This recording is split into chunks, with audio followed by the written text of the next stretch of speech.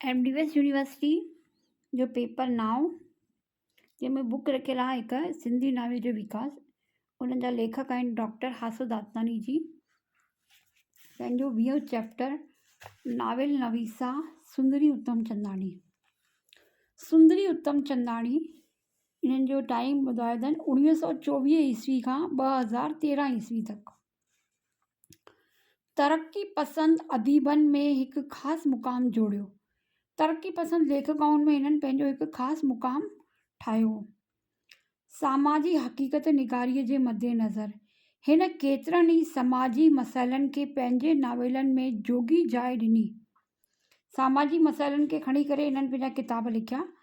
अदबी मैदान में हुन पहिरियों क़दम हिकु तर्जुमान जी हैसियत सां रखियो, पर पोइ असूलिका नावेल तहक़ीक़ करे अदब में पंहिंजे लाइ हिकु मानाइतो मुक़ाम जोड़े वरितो। चवनि था साहित्य में हुननि पहिरियों क़दम त तर्जुमनि जे हिसाब सां रखियो, पहिरीं तर्जुमा कया हुअनि, उनखां पोइ हिननि असूलिका नावल लिखणु शुरू कया। सुंदरी उत्तम चंदाणी सिंधी अदब खे फ़क़ति 2 नावेल, उन्हनि जा केवल 2 नावेल आहिनि, हिकु आहे किरंदर दीवारूं ऐं प्रीत पुराणी रीत निराली ॾिना आहिनि।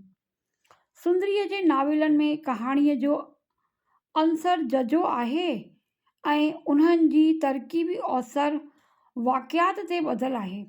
चवनि था हिननि जी जेकी कहाणी जी अनासर यानी जेको हिननि जो कथा आहे, रिथा आहे, उहो जेके समाज में हली रहियूं आहिनि ॻाल्हियूं, उन्हनि ते ई उन्हनि खणी करे उन्हनि ते ई पहिरियों नावेल लिखिया आहिनि।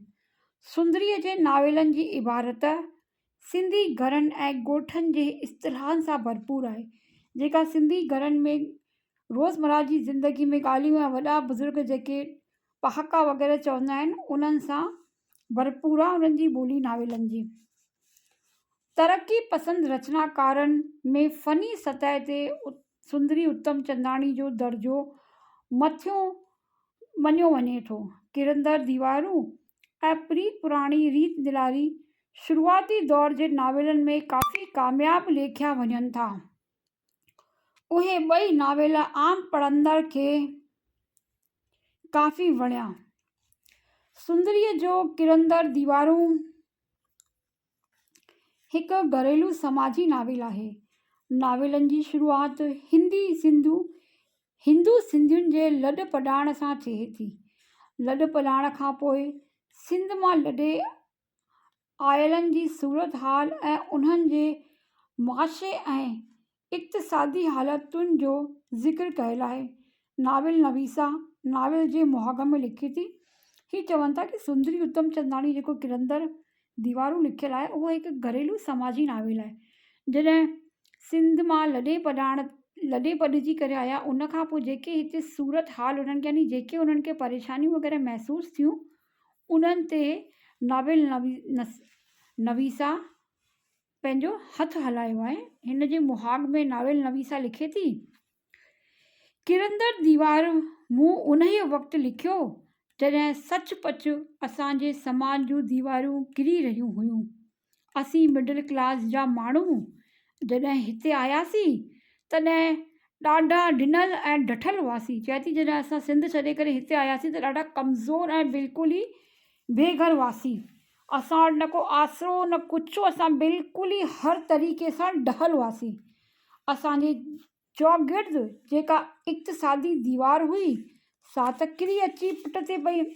चए थी असांजी हिन चयो कि असांजे इक़्तिसादी दीवार यानी जेका असांजो जेको सिंध हो, उहो त असांखां छटिजी वियो, जेका दीवार जे रूप में उहा त किरी पई, छटिजी वई। कहिड़ियूं न ॾुखाईंदड़ हालातूं हुयूं। जॾहिं स्कूल वेंदड़ ॿार असांखे जूतियूं लाइ ॾेखारींदा हुआ, तिन में वॾा वॾा टूंग हूंदा हुआ। असां उन्हनि खे मामूली रिपेयर बि न कराए ॾेई सघंदा हुआसीं। ॿारनि खे जूतियूं न हुजनि, चङा कपिड़ा ऐं सिहतमंद खाधो न हुजे, वॾी ॻाल्हि त केतिरनि माण्हुनि खे को अझो न आहे। केॾियूं वॾियूं दर्दनाक तकलीफ़ूं हुयूं उहे, जेके असां सां गॾु असांजे ॿारनि बि भोॻियूं।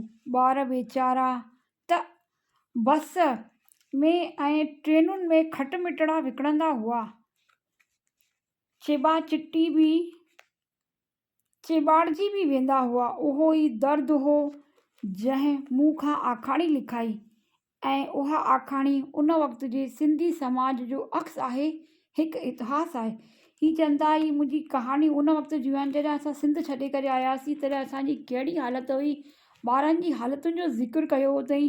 वीचारा नंढा नंढा ॿार ट्रेनुनि में कमु कंदा हुआ, खटमिठड़ा जेके नंढियूं ऑरेंज टाइप गोलियूं हूंदियूं उहे विकिणंदा हुआ। ऐं चवंदी भीड़ भड़के हुअण जे करे ॿार चुपिजी वेंदा हुआ भीड़ में अची करे बि। उहो दर्द हो, उहो दर्द खणी मां ही आखाणियूं लिखियूं, ऐं उहो दर्द सभिनी जो दर्द हो, हिकु जहिड़ो सॼे सिंधी समाज जो दर्द हो। उहो ई मां इन कहाणियुनि में, इन नावेलनि में आंदो। इन करे उहा कहाणी हर का उन वक़्त जे या अॼु बि उहा सोचिजे त पाण खे पंहिंजी लॻे थी, जेके पंहिंजे वॾनि सां गुज़री चुकी हुई। किरंदड़ दीवारुनि जी नायका रेखा शाहूकारी घर में परिणियल आहे। संदसि घोटु चंदन मुफ़लिसीअ में वॾो थियो आहे। मुफ़लिसी यानी ग़रीबी में वॾो थियो आहे। किरंदड़ दीवारुनि जी नायका रेखा आहे ऐं चंदन आहे, जिन जी शादी जो ॿुधायो अथई। ॿिन्ही जे विच में मतभेद सुहागरात जे ई ज़ाहिर थी पियो। शादीअ जे पहिरीं राति में ॿिन्ही में वीचारनि जो मतभेद थो अची पवे। नावेल नवीसा उन जो बयानु हीअं थी करे। उन राति पति पत्नीअ जे विच में केतिरे वक़्त ताईं ॻाल्हियूं थींदियूं रहियूं। ॻाल्हियुनि में हयातीअ जा मक़सद ते ख़्यालनि जी ॾे वठि थियण लॻी। रेखा चयो, असां लाइ घोटु कुंवार जो हिकु ॿिए खे बेहद प्यार करण ई हयातीअ जो मक़सदु आहे। चंदन चयो, मुंहिंजे ख़्याल मूजिबि देशवासियुनि जी सेवा करण ई हयातीअ जो सचो मक़सदु आहे। चंदन जो वीचार आहे कि देशवासियुनि जी सेवा करण जी जेका ज़िंदगी परमात्मा ॾिनी आहे असांजो, उहो मक़सदु हुअणु खपे। लेकिन हिन जी नायका रेखा जो मक़सदु अलॻि आहे। उहे घोटु कुंवार जो बेहद प्यार, हिक ॿिए में प्यार हुअण ई उहा ज़िंदगी पंहिंजी हयातीअ जो मक़सदु थी चवे। चंदन खे समाज सेवा जी लिव लॻल आहे। चंदन खे समाज सेवा करण सां ई प्रेम आहे। हू इन कम में एतिरो ई मशगूल आहे जो हुन खे पत्नीअ लाइ वक़्तु ई कोन्हे। पर ज़ाल मुड़ुस जे ख़्यालनि में इहो इख़्तिलाफ़ घणो वक़्तु जटाउ नथो करे। चए थो कि हिननि जा वीचार हुआ न घणे वक़्त तक आपस में हली नथा सघनि, रही नथा सघनि। अॻिते हली जॾहिं हूअ घोट सां ॿाह ॿेली थी ग़रीबनि जी शेवा में लॻी थी वञे, तॾहिं खेसि पतीअ जे सचे प्यार जो अहसासु थिए थो। हूअ चवे थी, सिंधी औरत खे जंहिं नमूने डाह ऐं जहालत जो शिकार बणायो वियो आहे, मां उन मां जंग जोटण थी चाहियां। सिंधी औरत मां दाग़नि, टोड़नि, वहमनि, वसूसनि खां अॻिड़ा ख़्याल कढणु चाहियां थी। रेखा जे मार्फत लेखिका चवणु चाहे थी त जेके पंहिंजे में वहम, टोना, टोटका आहिनि, उन्हनि सभिनी खे मां परियां थी करणु चाहियां। उहो बंधन तोड़णु थी चाहियां ऐं अॻियां हली करे हिन कहाणी जी लेखिका कंधे सां कंधो मिलाए, ॿाह सां ॿाह, कुल्हे सां कुल्हो मिलाए करे पंहिंजी घोट सां गॾु, चंदन सां गॾु मिली करे समाज जे ग़रीबनि जी सेवा करे थी ऐं पंहिंजे पतीअ जे प्रेम खे, सचे प्रेम खे पाए थी। इहो किरंदड़ दीवारुनि जी कहाणी आहे। सुंदरी उतमचंदाणी हिकु अहिड़ी अदीबा आहे जंहिं पकी पुख़्ती भाषा में घणनि ई समाजी मसइलनि खे ज़िक्र हेठां आंदो आहे।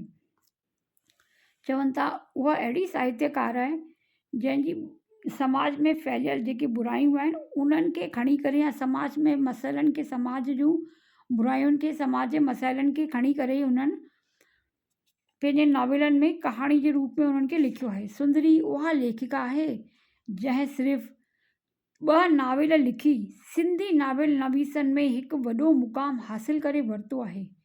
किरंदड़ दीवारुनि में नावेल नवीसा ॾेखारियो आहे त समाज जूं दकियानूसूं दीवारूं काफ़ी कमज़ोर थी चुकियूं आहिनि। औरत खे उन्हनि मां ॿाहिरि निकिरी हयातीअ जी शाह राह ते मुड़ुस सां, कुल्हे सां कुल्हो मिलाए हलणो आहे।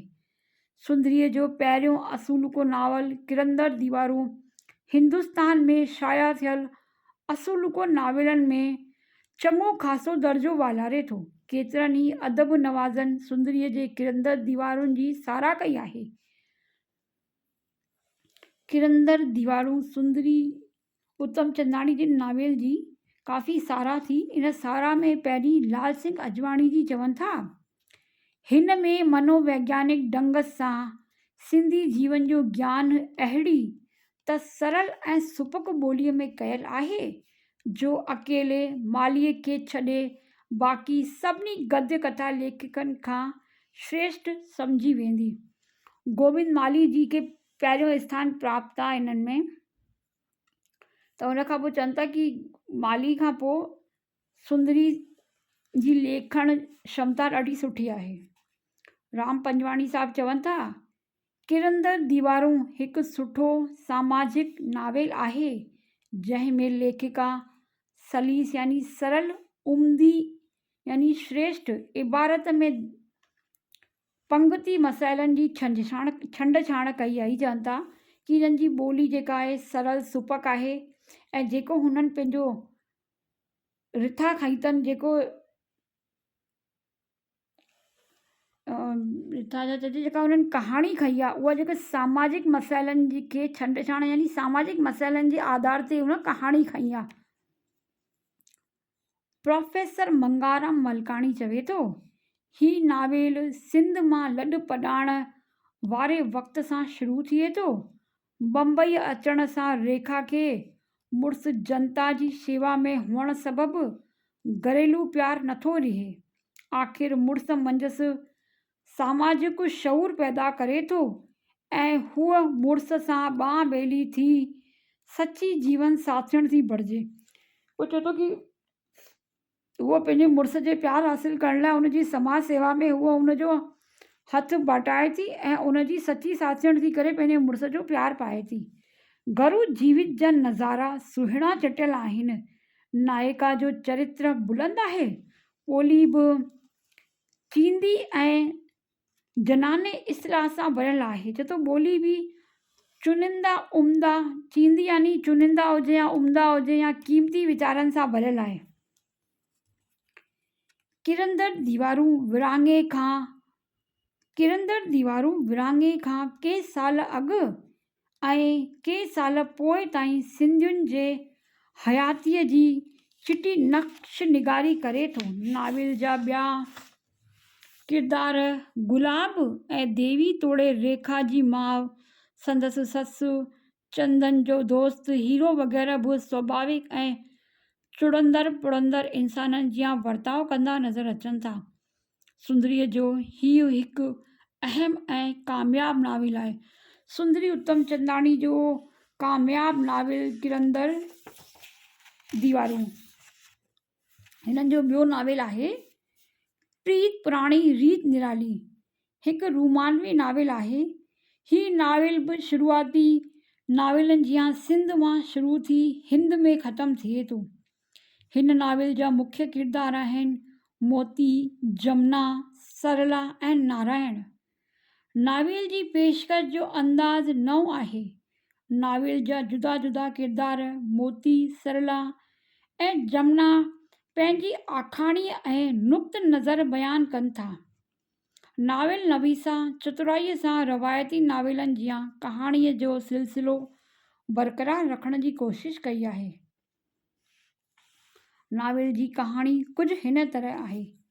हैदराबाद नेशनल कॉलेज में सरला जो प्यार मोतीअ सां थिए थो, पर मोती प्यार जमुना सां थो करे। विराङे खां पोइ सरला ऑफिस में गॾु कमु कंदड़ हिकु नौजवान नारायण ॾांहुं छिकिजी थी वञे ऐं उन सां शादी बि करण थी चाहे, पर एतिरे में वरी मोती अची थो वारिंद थिए। हू पंहिंजी ज़ाल जे मरण जो कूड़ो बहानो ठाहे सरला सां रिश्तो ॻंढणु थो चाहे। सरला खे बि एतिराज़ु कोन्हे, उहो मोतीअ सां घुमण फिरण बि लॻे थी, पर ओचितो मोतीअ जो कूड़ पधिरो थिए पवे थो, हू लॼे थी पंहिंजी ज़ाल जमुना वटि मोटी वञे थो। नावेल नवीसा जमुना खे मारे मोतीअ खे सज़ा ॾियण थी चाहे। कहाणी घिसियल टुटियल पुराणे ढंग जी आहे। उनखे काई नवाण कोन्हे, किरदारु निगारी मढ़ियल थी लॻे, कहाणीअ खे अजाई ढेक ॾिनी वई आहे। हिन खे सुठनि नाविलनि जे खाने में नथो रखी सघिजे। हिन जी तनक़ीद कंदे चवनि था आलोचक कि जेको सुंदरी उत्तम चंदाणी जो प्रीत पुराणी रीत निराली नावेल आहे, उहो कंहिं बि ख़ासि साहित्यक हुन में जॻह नथो मिलारे। चवनि था कि हिन जी कहाणी घिसियल पिटियल आहे, पुराणी आहे ऐं हिन कहाणी खे लेखिका जाने बूझे करे वॾो खिचो आहे। हिन जी कहाणी लव ट्रायंगल जी स्टोरी ते आधारित हिन ॾेखारी अथई कि कॉलेज में सरला जो प्यारु जॾहिं हैदराबाद कॉलेज में हुआ, सरला जो प्यारु मोती सां थिए थो, पर मोती जमुना सां प्यारु करे थो। विरहाङे खां पोइ जॾहिं सरला ऑफिस में कमु कंदड़ नारायण जी तरफ़ छिकिजे थी ऐं उन सां शादी करणु थी चाहे, पर इन विच में मोती अची थो वञे कूड़ ॻाल्हाए कि मुंहिंजी ज़ाल गुज़ारे वई आहे, इन जे करे हुनजो पुराणो प्रेम हो त उहो वापसि हुन सां खिचजी थी वञे। पर जॾहिं टाइम जे अकॉर्डिंग मोतीअ जो कूड़ पकड़िजी वञे थो ऐं उहो लॼारो थिए थो ऐं उहो सरला लॼारी थी करे रस्ते तां हटी थी वञे ऐं मोती शर्मसार थी करे पंहिंजी ज़ाल वटि वापसि थो थी वञे, वापसि मोटी थो वञे।